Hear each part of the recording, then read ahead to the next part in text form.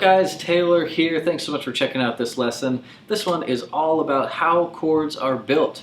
So this is a really great lesson if you like to kind of understand the why behind things. Why are chords the way that they are? Why do we put our fingers where we put them to make those chords? What notes are in there? All that good stuff. So this is a great lesson for kind of understanding the why behind some of this stuff. This lesson does get into a little bit of music theory, but I promise we're going to keep it really simple. It's going to be very easy to wrap your head around, and this is going to be kind of universal. So we're going to do some examples together, but you can use this for any chord that you want, and you'll be able to figure out exactly what notes make up that chord, and you'll also be able to take those notes and then put them into kind of different combinations and play them in different places on the guitar. So this is going to be a really cool lesson. Let's go ahead and waste no time and dive right in. Alright guys, let's go ahead and take a look at how chords are built. So if you're like me, you probably like to understand kind of the why behind things, right? Why is a C chord the way it is? Why is a G chord the way it is? What makes it sound that way? What notes are in there? Why do we put our fingers like that? So this lesson will certainly help you kind of understand the why behind all those things. And we're going to do it in a really easy way without going too far into the weeds on music theory, so it'll certainly be something you can wrap your head around and something that you can do for any chord. So if you want to kind of identify all the notes that are in any particular chord, if you want to be able to kind of take this idea and be able to play chords in different places on the guitar, this will be a great lesson for you. So we're going to actually start with a scale. So we are going to start talking about chords, but we are going to first learn a little scale pattern. And this little scale pattern is universal, and you can basically understand that chords are going to be built from the notes within this scale. So let's go ahead and learn this little scale pattern. I'm going to put it on screen for you. And just remember that with these scale diagrams, you want to have the right perspective. So think about it from the perspective of the bottom of the scale diagram is your low E string, and the top of the scale diagram is your high E string. So it might feel like it's a little upside down at first glance. Just make sure you kind of flip that around in your head. And look at that from the right perspective. So the bottom is the low E, the top of that diagram is the high E. So to start off, I have us on the 5th fret over here. We are going to be able to move this to different frets, but let's go ahead and start here. And we're actually going to be starting this on the G string. So we're going to start with our index finger on G. Let's quickly talk about what fingers you want to use to play this scale. So we're going to be playing this in 5th position. So that just means that we're going to start with our index finger on 5. If we see any 6s, our second finger is going to cover 6. If we see any 7s, our 3rd finger is going to cover 7. And our pinky is going to cover any 8s. So 5th position just means we start with our index finger on 5. We just line up our fingers in sequential order from there. And that's how we kind of assign our fingers so that we can reach all these notes. You can play in any position, so if you play in 3rd position, same principle. You would just start on with your index finger on 3, line those fingers up in sequential order, and that's just kind of how you assign your fingers. So that's what the position terminology means. So in this case, we're in 5th position. Then we're just going to read that scale, just reading those dots left to right. So we're starting off on the 5th fret of the G string with our index finger. The next note that we see is the 7th fret of G with our ring finger.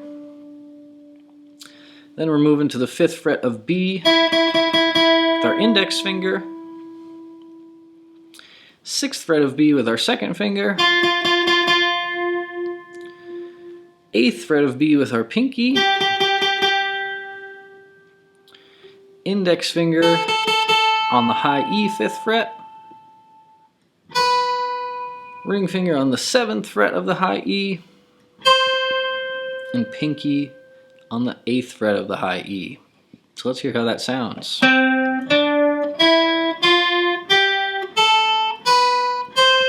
Sounds like a nice, pretty major scale, right? So those notes are just going from C to C. This first note is a C, and we're just moving alphabetically. D, E, F, G, A, B, C. So we're starting on C, kind of hitting all the notes in between, and then landing back on C. And that's basically what a scale is, guys. Just starting on a certain note, playing through the various notes in that key, and then landing back on that same note. So the way that we can kind of use this scale to figure out chords is that we can simply identify the first note of the scale, the third note of the scale, and the fifth note of the scale. Those three notes can be pulled from the scale, and that's what forms any particular chord. So in this case, we're starting on a C note. The fifth fret here on the G string is a C note. So this is how I would figure out what notes are in my C chord. I start on a C note. That's the first note of the scale.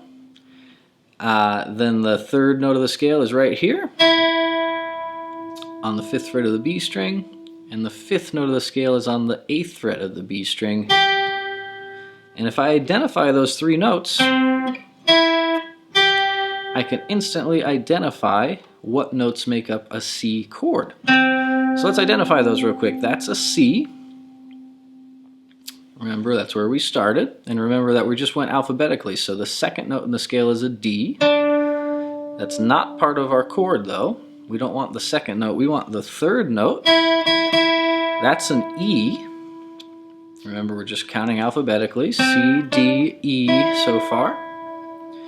The fourth note in the scale is an F. We don't want that, though. That's not part of our chord. We want the fifth note, which is right here. That's a G note that we're playing with our pinky there. So the notes that make up a C chord are a C, an E, and a G.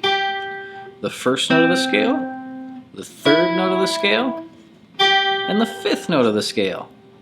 Let's test that out. If we go back to our regular C chord that we kind of know and love, let's see what notes are inside there. Now, some of this, guys, relies on your ability to actually identify notes on the fretboard. If you do need some help with that, check out the link in the description below, where I will help you learn how to identify those notes across the entire fretboard in less than 5 minutes. So that's always a great review if you need to kind of remember how to identify your notes. But let's kind of assume that you've checked out that video. Maybe go check it out now if you need to and come back. But let's go ahead and identify our notes now in the C chord. So we said that a C chord should be made up of C, E, and G, the first, third, and fifth note of that scale we just learned. Let's see if that's the case. This third fret of the A string is a C note. The next note in our C chord, second fret of D, is an E note. So far, so good. The next note is an open G, so that's a G note. So right there, we've already found our three notes, C, E, G. The first fret of the B string is a C note again, so that's just a repeated note. And then we also play an open high E, which is an E note. So all in all there we have C, E, G, C, and E. So we have 5 strings that we're playing when we play a C chord. But there's actually only 3 different notes in there, just the 1, 3, and 5 of that scale, right? Just C, E, and G. And the cool part is, guys, that applies to any chord. So with a G chord, for example, we're also playing, a bunch of strings here, playing 6 strings, but there's only 3 different notes in that chord. And you can identify those 3 notes by simply identifying the 3 notes, the 1, 3, and the 5 of that scale we just learned. So how do we do it for a different chord? So we did it on the 5th fret here. That helped us figure out a C chord because we started on a C note. That 5th fret of the G string is a C note. So if we start on whatever note we start on, that's what chord we can figure out, right? So if we start on a C note, that'll help us figure out what notes are in a C chord. So if we want to figure out what's in a G chord, we just have to make sure we start on a G note somewhere on the guitar neck here. So where can we find a G note on the G string? Let's count through it together. So we have open G. Let's keep counting though. We already kind of found it, but let's keep counting because we want to be able to play that same scale pattern without any open strings. So we have a G note, G sharp, A sharp, B, C, C sharp, D, D sharp, E, F, F sharp, G. So all the way up here on the 12th fret, that's a G note. We could play that same scale pattern. And if we pull out the first note, the 3rd note, and the 5th note of that scale, that'll tell us what notes make up our G chord. So the first note, of course, is a G. And then we continue to go in alphabetical order. So G, A, B. That's one of the notes we need, right? And that's the 3rd note of the scale, a B. That's a C note. We don't need that one though, we need the next one. So that note right there is a D. So we have G, A, B. That's one of the notes that make up the chord. That's the 3rd note. C, that's the 4th note. We don't need that one. And that's D, that's the 5th note. So the 3 notes that make up G are G, B, and D. And again, you could figure this out for any chord, guys. So if you wanted to figure out a D chord, what notes are in there, you would start on a D note with this scale pattern. You would find a D note on the G string, start there, and then those same 3 notes would be what's used to make a D chord.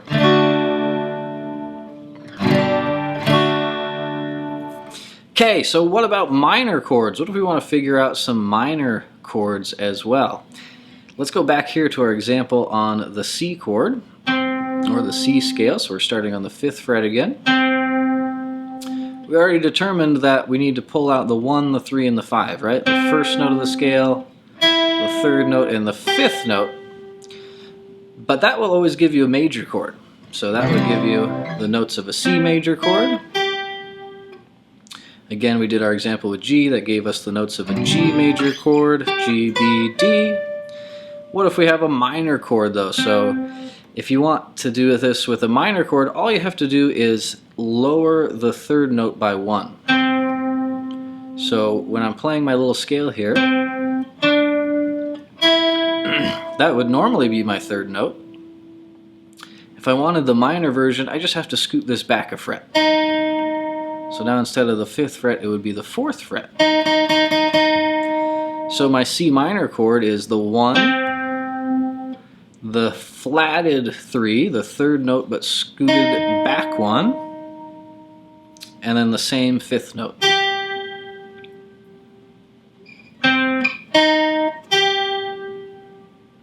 And so those notes are C, E flat, and G.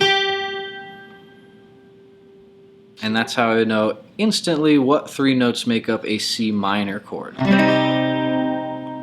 So why is this even useful? Well, first of all, again, it's useful for just kind of understanding the why behind things, right? You can understand why a C chord is the way it is, why a G chord is the way it is, and why those notes make up those chords. But it can also be useful for playing chords in different places on the guitar. So let's go back to our C chord for our example. Now that we know that a C chord is made up of C, E, and G, the 1, 3, and 5 of our little scale pattern, we're not limited to just playing our C chord right here. all we have to do is simply combine those 3 notes anywhere on the guitar, and we could play a C chord in a different way. So for example, you could play it right here. You could have a C chord by playing the 5th fret of the G string, the 5th fret of the B string, that's our E note, and the 3rd fret of the high E, that gives us a G. So any combination of C, E, and G will give you a C chord. And again, you can find all kinds of combinations all over the neck. Here's another C chord up here. You can also do chords all over the place. All you have to do is simply combine those 3 notes. And remember, you can have duplicate notes too, right? So you could have multiple C's or E's or G's. It doesn't just have to be 3 notes. It can be kind of duplicate notes, right? But it's always those 3 notes. The first note of that scale, the 3rd note, and the 5th note. And again, the same thing applies for minor. So if I wanted to do a C minor in a couple different ways, I would do the first note of the scale, the flatted 3rd note, I would just scoot it down 1 from its normal position, and the 5th note. And so now anytime I combine the notes C, E flat, and G anywhere on the guitar, right here would be one example, I'm playing a C minor chord. So I could play that in multiple different ways if I know how that chord is built. So I'm going to go ahead and make another video, guys, on some really cool placements where you can move these chords around that you can kind of memorize and maybe not have to think about putting those notes together every time. So there are some kind of universal shapes where you can move these chords around. I'm going to go ahead and save that for another video though, but for today's session, I just want you to come away with this idea that you can take that little universal scale pattern, you can move it anywhere on the guitar, whatever note you start on, that's what chord you can kind of figure out. So in our example, we used C as our starting point. And then we simply take the first note of the scale, the 3rd note, and the 5th note to tell us what chords or what notes make up that chord. And if we want to do the minor version, we just take the first note, the flatted 3rd note, we just scoot it back 1, and then that same 5th note. And just that little bit of theory will tell you why chords are the way they are, how they're built, and kind of the difference between major and minor. It's just one difference, right? Just a single note difference on that 3rd note is the only difference between a major chord and a minor chord. So hopefully that helps a little bit, guys. It gives you some understanding of how chords are built. And you can go ahead and apply this again anywhere on the neck. So try moving that scale pattern around. Just identify whatever your first note is. That's what chord you'd be working with. And then you'd pull out the 1, the 3, and the 5. That gives you your notes that you can build the chord from. And you can build that anywhere along the neck. And you can have a lot of fun kind of messing around with that. So hopefully that helps a little bit, guys. Let me know in the comments what you think. All right, guys, well, I hope that was a helpful lesson in kind of starting to understand why chords are the way that they are. Again, we just learned a really simple kind of universal little scale pattern, and we took the notes from that scale, the 1, 3, and the 5, and use that to understand what notes then make up the chord. And then again, you can move that scale pattern anywhere on the neck, so you can start to figure out a whole bunch of other chords. You just have to identify your starting note there, and then pull out the first note, the 3rd note, and the 5th note of that scale to make the chord. And then remember, we just have to change that 3rd note a little bit if we want to make it minor. So hopefully that helps, guys. Go ahead and experiment with that little scale, experiment with building some chords, and start moving them around on the neck. Hope you have fun with that one, and I will see you in the next lesson. Thanks so much.